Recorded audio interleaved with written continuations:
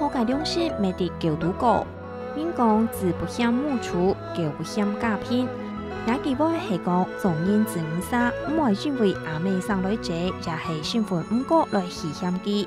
安尼講，按好嘅良心未得狗肚狗。是有學者發表過相關嘅文章，文章都形容一條中意嘅狗，斷盡台面用嚟一個來一個股，來說明認為講物界下尊貴嘅良心，未係狗媽用嘅。應該文化知識係唔係一塊化嘅時代，先化傳說當道。為安樣講未怕有人，是講掠下來看一種講法，便怕為知道以好笑。聽講廟裡提起頭擺有一間什麼人，是飛機天線大人看起來戇戇當當，才暗見了傳說。未認為頭擺嘅衛生條件唔發達，是知道佢車尾刀穿洋片、混棉花、面皮果、凍劑，因聽佢阿細狗，講為佢有信任，用嚟一個來嘅。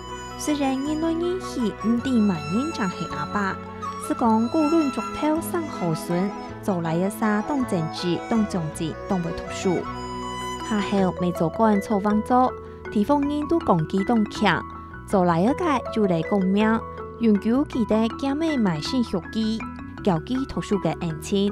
總係講唯有見解新潮，做真係家妹嘅功勞。見係有人按我，佢就講。按好嘅良心未得狗肚狗，聽到兩幾位人都懂感動，兩幾位也一起傳到見。